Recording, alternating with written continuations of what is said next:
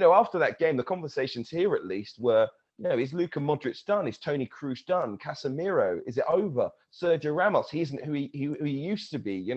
All of those players will have had serious question marks over them this week. Hello and welcome to ESPN's Football Forecast, looking ahead to another massive weekend of football across Europe. My name is Hugh Wozencroft, joining you as well, James Alcott. James, how you doing? I'm very good. Excited for another Man City-Chelsea game before another Man City-Chelsea game. Exciting times. Yeah, it all depends what it means. This weekend, I think, is massive for Chelsea compared to Manchester City, of course, leading the Premier League at the moment, on the verge of winning the title. But Chelsea, of course, they could win the Champions League and then get into it next season, but they want to make sure, given their league position before that big final in Istanbul. So how do you think they'll do this weekend? Because my view on it is I think neither manager is going to want to play their hand. We'll talk about that in a few moments' time, but both were brilliant in midweek. Yeah, I thought it was a real kind of statement almost by the Premier League in terms of just how dominant they have been in Europe this season. And every time, the likes of Man City and Chelsea have come up against the teams that they've come against, of course, they've been far too good. And Chelsea, I mean, wow, that performance was, yes, it was quite toothless by Real Madrid, but I thought Chelsea were pretty fantastic, and Tuchel deserves a huge amount of credit. Is it a bit of a placebo that this guy comes in and you think, wow, his man management and his tactics are next level and people buy in? Who cares? Ultimately, it's working for them. They're not conceding many goals, and that was proven in this game as well. Real Madrid barely laid a glove on them.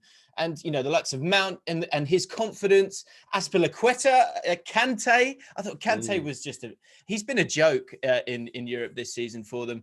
It's a really exciting time if you are a Chelsea fan. I am not, which makes it harder to kind of watch some of these games. I'm a QPR fan. They're our rivals. So I'm hating every second of this, Hugh. But Chelsea are looking good. And, we said, would it come down to Benzema versus Werner? Werner won with probably the easiest goal that he will ever score in his career. I mean, a great performance. How did you see it? I thought Chelsea were exceptional. I mean, one of the things about Thomas Tuchel and the way Chelsea play that seems to just constantly astound me is it seems so simple. And you wonder why every club in football is not doing exactly what they're doing, because they're far greater than the sum of their parts. How many players in their squad have been criticised, particularly in the defence, various performances? Even Azpilicueta, who's been one of the best one-on-one defenders over the course of his time in the Premier League, but over the last couple of seasons, that power seems to be on the wane. Antonio Rudiger, people saying he doesn't even belong at Chelsea.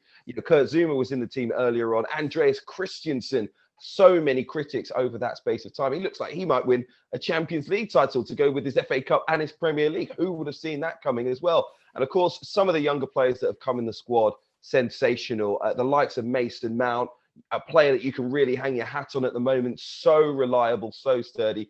Add to that the likes of Kai Havertz, whose form has increased over the last couple of weeks. His output has been far better. And Timo Werner, who's still struggling to score goals, although he did score. I mean, really take those good opportunities in matches. He still seems dependable in terms of his work rate, in terms of his effort, in terms of his ability to bring other players into the game. And that means that he, despite all of his critics, looks like he's going to be a player for Chelsea's future too. So really, Thomas Tuchel deserves so much credit. Listen, the first manager to get to back-to-back Champions League finals, in fact, European Cup finals in the history of the competition, with two different teams in consecutive seasons. Remarkable from him. He deserves a huge amount of credit. And I think you're right. It's really exciting times to be a Chelsea fan.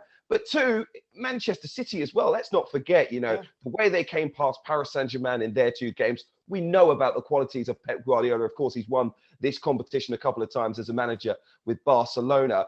But the two false nines, in fact, there were false nines all over the place. Chelsea as well.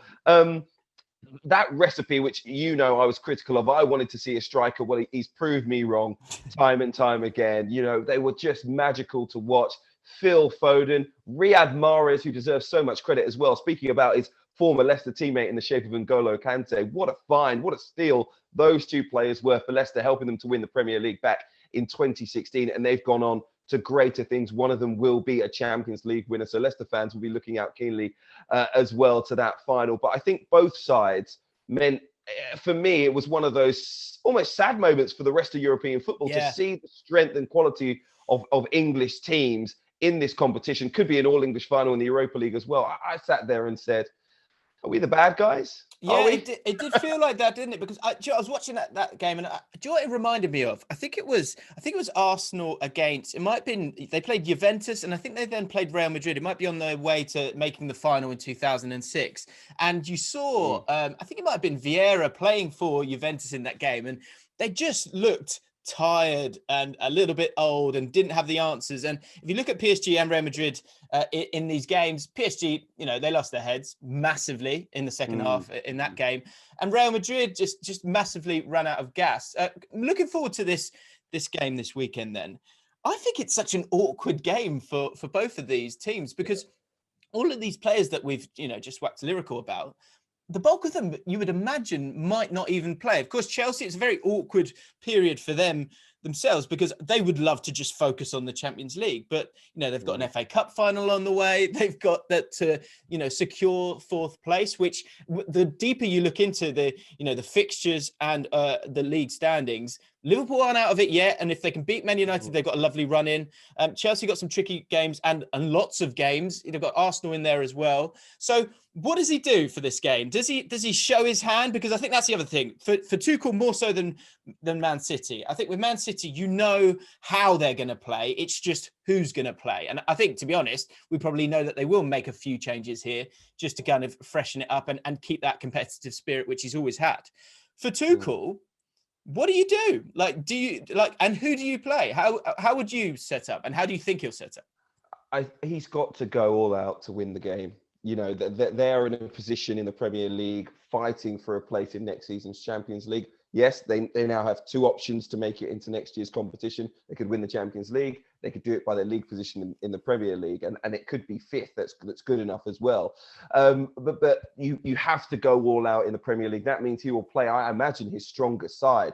In the FA Cup win, unfortunately for Manchester City, they did lose that game, and they had a raft of players who you might not say are in their starting 11 right now. I imagine Raheem Sterling will start this weekend. Gabriel Jesus, Aymeric Laporte will start. Benjamin Mendy. I mean, even Zach Steffen, the American goalkeeper, started that game. I'm not sure he'll play in the Premier League this weekend, but I expect the other four to. Now, Hakim Ziyech started for Chelsea on that day. Reece James, they were late substitutes in the Champions League. Could they come back in? Yes, that's a possibility. Christian Pulisic as well, who's done so well in the Champions League. He could start as well, and he didn't start on that day.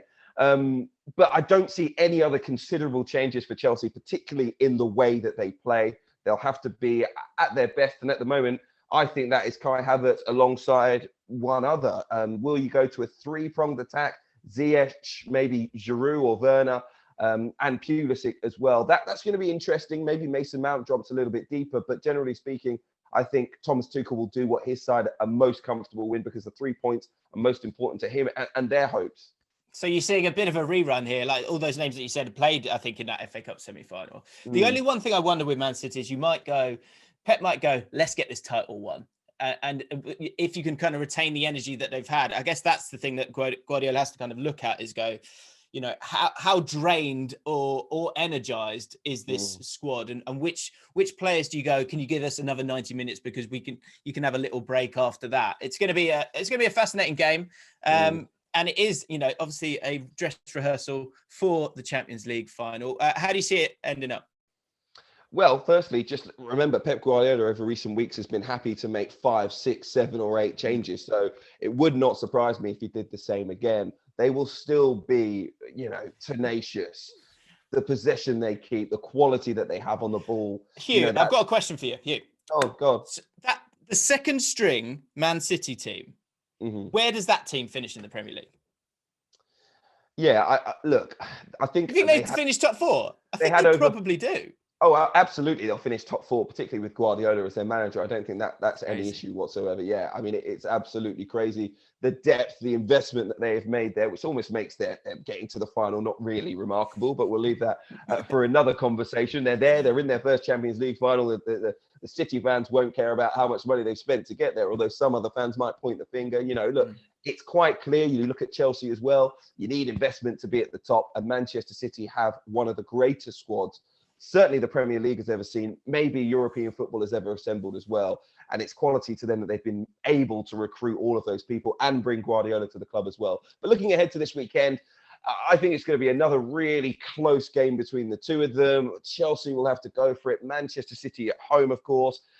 I see it finishing all square, to be perfectly honest with you. I think it'll be an interesting game, but with neither manager wanting to give too much away, I think 1-1, a low-scoring draw is probably what will happen. How do you see it? Yeah, I think you're right. I think it will be low scoring. I think Man City, with that, just maybe that added bit of motivation to want to go and wrap up the title, I think might go and do it. I'd like to see my boy Raheem Sterling get himself a goal as well. So I'm going to go with a 2-1 win to Man City. Sterling to score at some point. But it's going to be fascinating and just an absolute tactical battle because both teams defensively have been so impressive. So it'll be interesting to see how that one turns out. Let's move to Germany, to the Bundesliga. Because you've got Borussia Dortmund still fighting for those Champions League spaces, playing against RB Leipzig.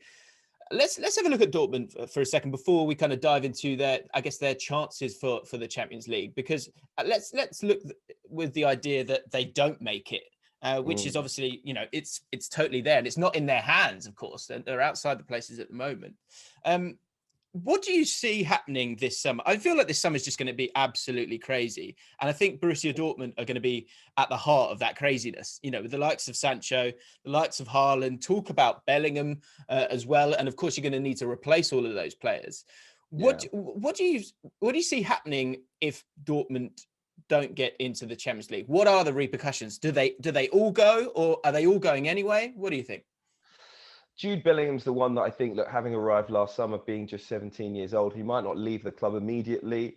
I would love to see certain clubs maybe try and sign Bellingham now and maybe dangle the carrot of loaning him back to Dortmund maybe for a season or two to get that deal done early, because the way that he's going, he could be worth huge money in a year or two. So maybe someone will try and sign something for Bellingham now, but I think Dortmund want to hold on to him. And also his development at the club seems to be going very well. But in terms of the two bigger names, Erling Braut Haaland and Jadon Sancho, look, if you're not in the Champions League and you're Borussia Dortmund, by selling those two players, you are able to build once again for the future. You've got one season out of the Champions League where you can start to build. Of course, your young players will be getting more experience as well. Maybe the Europa League is the place for them to do that, and to do that into the latter stages of the tournament as well. But I think financially, you can recoup a lot of the losses of missing out on the Champions League by selling those two players. And ultimately, you can bring in players into the club that will maybe stay a lot longer than those two will, and you can keep them, bring in some names for your long-term future, and some high-quality ones as well. I'm not saying, you put all of the money into the bank. You could spend, 40 million on a player, 50 million on a player, and still have, after the sale of those two players, a lot left in the bank, 70, 80, 90 million. So why not do it? Why not do it? I think they just need to be sensible. It's a pandemic. And also, of course, you look at the league title, you look at what Bayern Munich are doing, and you're almost thinking, are we going to win the title next year? It's very unlikely, whether we keep these two players or not. And looking at this weekend's opponents, that's a prime example. RB Leipzig, they want to push on. They want to do more in the league. It is going to be very competitive for Borussia Dortmund next season. It's time to get the money in the door, look at your master plan, look at the blackboard, start from scratch and see what you can do. And look, if you miss out on those two players, Erling Braut Haaland and Jadon Sancho, well, it's better to have loved and lost than to have never loved at all. I think that's the phrase, isn't it, James? So yeah, I'm learning a lot from you here. It's amazing. I think that's a really great point, because I think they've always lost. Do you know what I mean? All these players that come through, they always do leave to, for that big money. A lot of talk about Jadon Sancho and Manchester United over the last few years. There's a possibility that Dortmund are going to lower their price for him down to 80 to 90 million. Of course, before they always wanted that 100 million. And it's interesting you say about a master plan. I think that's what's got to be figured out by Dortmund. What do they want to do? Because if you read the gossip columns and you look at the transfers and the players that might come in at Dortmund, you're looking at a lot of players that are a little bit older and might come in and do a job for the next couple of seasons. But would that be in place of some money? The likes of Szczesny, the likes of Oxlade-Chamberlain, the likes of some Chelsea players maybe making their way over to Dortmund as well in an exchange deal for the likes of Haaland or Sancho to get the price down. I think, again, a bit of a theme in today's show is the fact that it does look a bit scary for the teams that aren't in the Premier League at the moment. You know, the money does feel like it is there with those guys. You know, like I said, with Haaland, Chelsea, one of the front runners, and for Chelsea to be able to kind of throw a couple of players back to him, even if it is someone like Werner, who I don't think that will happen, but there's, you know, top quality players, Dortmund might be able to kind of get onto their books and then do what they've done really well, which is, you know, invest in exciting young players, one of which, Giovanni Reina, scored 2 in the 5-0 win in their last game. And Dortmund themselves, getting to this game, that, you know, they're starting to get themselves, you know, back in a bit of a groove. They've won every game they've played since that second leg against Manchester City. Going into this game, the stat that I thought was really interesting, Hugh, was that only one of the last 7 encounters has been won by teams playing at home between Dortmund and Leipzig. Do you think that's down to the style of play of these two teams? And do you see that possibly occurring again this weekend, which obviously wouldn't be good for Dortmund? I do think it's down to the style of play. You know, both of them at times look like they're pure vibes FC. You know, it's like, go out there.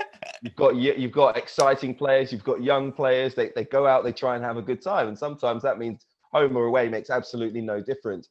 When you've got young players in the side, you know, a young defense, if you're talking about RB Leipzig, which, by the way, has been absolutely brilliant. They've got the best defense in the Bundesliga, you know, but they're going up against the second highest scorers in the shape of Borussia Dortmund. That's going to be really intriguing. But I think in terms of the home and away encounters, the Bundesliga has been for a while, particularly in terms of the big clubs, very difficult to call. There have been a number of games, not just involving these two, where it has been harder for the home side. And that, I think, makes the competition more compelling.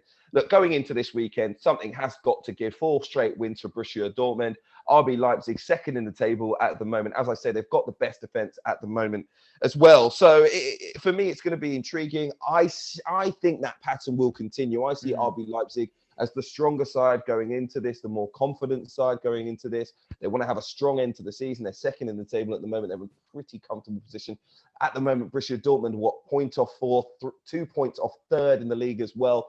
A win for them would be huge, but I think the inexperience in their side is gonna show over the next few weeks. Yes, they did brilliantly in the Champions League, but so many of their games are played off adrenaline just because they've got those young players with those talents still honing their craft in terms of game management, really, in terms of understanding the occasion. You know, they would have learned so much this year, but I think this weekend is going to be a really tricky game for them. And look, there are players that share the goals round as well, I think. And again, they're not the younger players in the side, although they're not old players. You look at Emil Forsberg, the way that he's played, Christopher Nkunku, the way that he's played this season as well. You know, all of those players will want to get involved. Of course, Angelino in defense, he's been brilliant as well.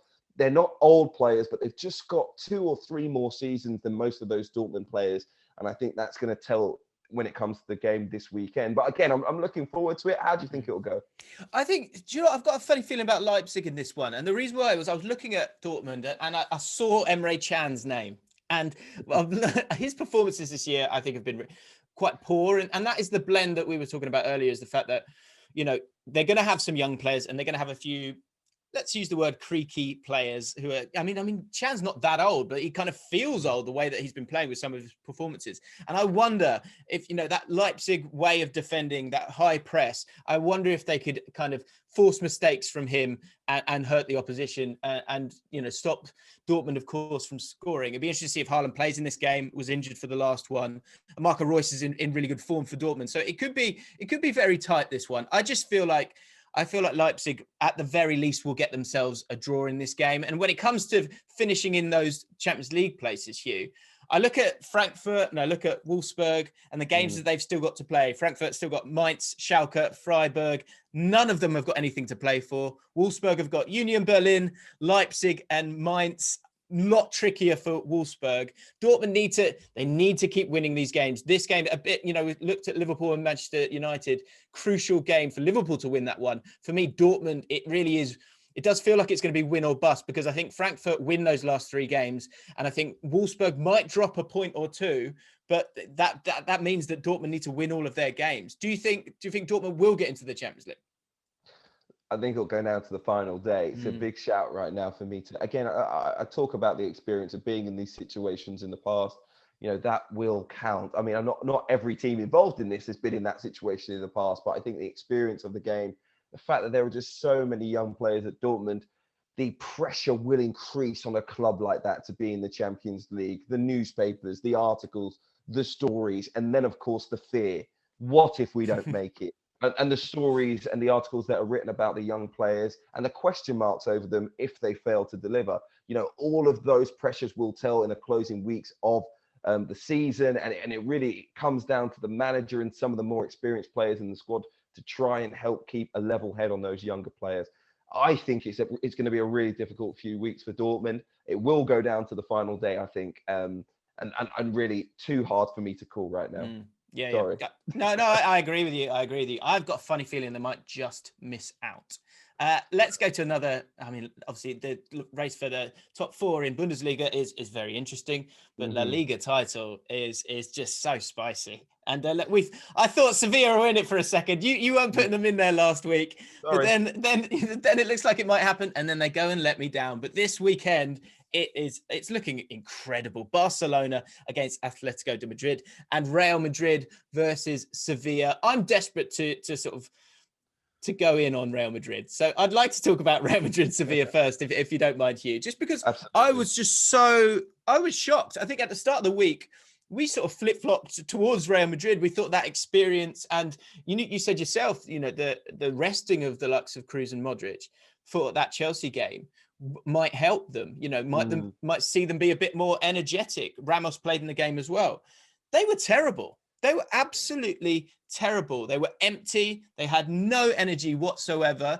And, sometimes I think fatigue can lead to sort of fear and vulnerability. And in that game, that fatigue made Real Madrid quit, in my opinion, and made me look at this title run-in so differently. Because if I'm a Real Madrid fan, I'm massively concerned about that performance. Going into this Sevilla game, Sevilla, lost to Bilbao. They'll be gutted about that because they really did have a great opportunity if they could have won that game. Iñaki Williams scoring a last-minute goal, great finish. Going into this game, how do you feel about Real Madrid off the back of that terrible performance? Do I was having a think about this. Which Real Madrid will we get at the weekend? Do we get one that's wounded by their defeat, and how does that affect them? Do they come back with all their power and might and say that wasn't good enough? We need to show the fans that we're better than this, and we need to go all out to make sure that we win La Liga, to make sure they know that we care. In many ways, there will be question marks over the likes of Eden Hazard. The pictures of him laughing with his former Chelsea teammate after their elimination from the Champions League, unsavory pictures if you're a Real Madrid fan. They're asking question marks, of course. Zinedine Zidane as well, he looked devoid of ideas, really. There didn't seem to be a real change of how they played. In fact, I think that the system that had really 5 at the back, if you like, a 3 with 2 wing backs, he should have changed that at half time. There was real question marks on what's he doing here. I think the likes of Karim Benzema, the likes of Toni Kroos, the likes of Luka Modric, especially Sergio Ramos, they're going to sit there. They'll have conversations over the next few days, and they will be saying to themselves, that was not good enough. We are better than that. We need to show that we're better than that. This game is absolutely crucial for us. And I think there will be a reaction. They're just too experienced a side, too good a side, too much quality in there to start the game against Sevilla, particularly at home, and not want to impress on all of Europe, all of Spain, all of their fans, that was not good enough in midweek, and that they do have something left in the tank. And there'll be hurt pride as well. After that game, the conversations here at least were, is Luka Modric done? Is Toni Kroos done? Casemiro, is it over? Sergio Ramos, he isn't who he used to be. All of those players will have had serious question marks over them this week. Benzema, maybe not so much. Eden Hazard, certainly, not just about his quality, but what a signing. Is it a failure? So all of those players will want to respond, and they'll want to respond immediately. So I think it's going to be a torrent. It's going to be a wave coming from Real Madrid this week. I'm looking at it as my shout to win La Liga will come back very positively against Sevilla this weekend. I don't know if they'll win the game, but I think the performance will certainly be enhanced because Sevilla are in such good form at the moment. 7 wins in 9. I see a draw in this one, to be perfectly honest with you. But again, look, Sevilla shouldn't be discounted. I almost discounted them for the title. But in terms of their quality, it is certainly there. There'll be a very tough prospect this weekend. I've really turned on Real Madrid after that game, and maybe I'll be wrong. And you're right. I think that it's worth, considering that experience and expecting that reaction. But you talk about a wave. I mean, the only wave I see is side to side. Like that, they had so much possession in that Chelsea game, created next to nothing apart from a few sparks from Benzema. There really does need to be a huge reaction, and this Sevilla side is good. En Nasiri with 17 goals this season. I love Jesus Navas as that right back for them. I think they've got, Rakitic, of course, in there as well. A great mix of good spirit from that team that won the Europa League. And also, some really talented players as well. Luke de Jong with the experience as well. So I think Sevilla are out of it. I think you were right with that one, Hugh. But I feel like whoever wins Barcelona versus Atletico, I think that team wins the title for me, because I just feel like Real Madrid, they felt so conservative and lackluster in that game that if you can get at them, I don't see them winning this game this weekend. I think that they were really, really running on fumes. I think George Valdano said that himself, and that stayed in my head ever since. And watching that Champions League game, I've really lost a lot of hope for Real Madrid. And you're right with Zidane. Where are the changes? You've got the squad there. Use it. So he didn't do that. I think he will make changes this weekend. Again, I told you Marco Asensio was going to be important. He was on the bench. Ernesto Valverde came off the bench as well. Better. Yeah, that's true. Junior should be in the starting lineup.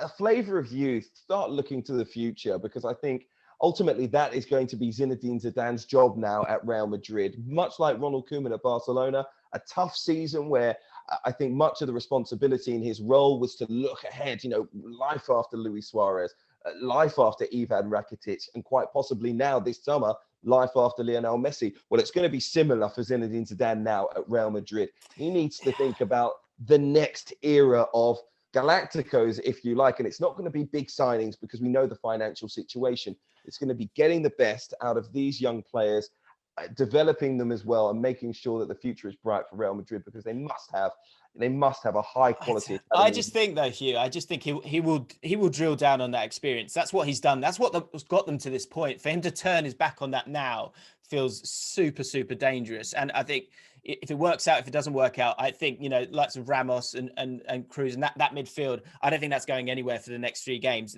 The question is, have they got enough in the tank to get themselves over the line when you've got 2 other teams, Barcelona and Atletico, playing this weekend?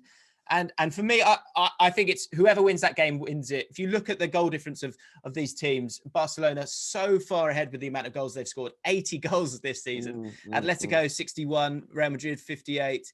And I think with Atletico and the games that they've got left, I think it's tricky for them. So I feel like they cannot lose this one. Barcelona still have to play Levante, Celta Vigo, and on that final day playing Eibar, who are rock bottom of the league. They don't lose that if they can get it to the final day, which makes this game so much bigger. Atletico won it earlier in the season, but I feel like that was a different Atletico. That was one without Luis Suarez actually, and they still won the game. But it's a very different Barcelona. How this game is huge, don't you think, Hugh? It is huge, and I think I agree with a lot of points that you made already. I just see Atletico. They're on the wane. They're on the way down at the moment. They've dropped points in so many games of late. Well, I think it's 8 of their last 15 league games they've dropped points in. That is not the form of champions, believe me. So I don't see them being the team this weekend. I think it's going to be an interesting game. I don't think they've got enough to beat Barcelona right now. Who will know? If they've got any chance of winning the league, they have to win this game. They can't be dropping points. Atletico have to play Sociedad. That's a really tricky game for them coming up after this as well. So I just think Barcelona are going to be in the right frame of mind here. I do think they'll win the game. I think it'll be 2-1. I expect Lionel Messi to be on the score sheet as well. But I don't think Atletico Madrid are the side to provide resistance. Although, all of that being said, Barcelona haven't been at that brilliant best. The side struggled in the big games, haven't they? They have struggled. I just think this game at the Nou Camp is going to be one that they're really honed in on, and they will know, look, if we win this game, it sets us up. That being said, it will all leave things very, very close. If it goes as I predict this weekend, and we get a draw in the other game between Real Madrid and Sevilla, things will be even tighter. So look, to call this one once again this week, Exactly. I haven't given up on Real Madrid just yet. I just, there is something about Zinedine Zidane and that squad, which means for me, you can't write them off. But yeah, look, it could be going between Barcelona and Real Madrid going into the final day. I mean, what a story that would be as well. Yeah, absolutely. I agree with you. These next two games are just so pivotal to Atletico Madrid. I think if they can get past these two, like you said, Barcelona and Real Sociedad, then it's theirs. It really is theirs for the taking. I don't think they do that, though. They just have to play so much better than they have recently. They've played the season like they play games, where first half, there is that energy and bite to them. Second half, they often defend what they've got, and that's what they've been doing. And it doesn't work with the title defense because you've got to go and win games and secure points. Yeah. And João Felix seems to be out of favour a little bit as well. Totally. I think all of these are they're all just there. And I think the expectation with Barcelona, there's that feeling of let's go and win it instead of, let's not lose it. And I think Barcelona go and win this game. And this week I'm going with Barcelona to win La Liga title, and the Real Madrid game. I think that will be possibly a draw. I expect Real Madrid to drop points in that one. Right then, Hugh, thank you so much for joining me again on ESPN's Football Forecast. Guys, we have spoken about some big games. It is the business end of the season. We want to know what you think. Let us know down below. Thanks for joining us. We'll see you next time.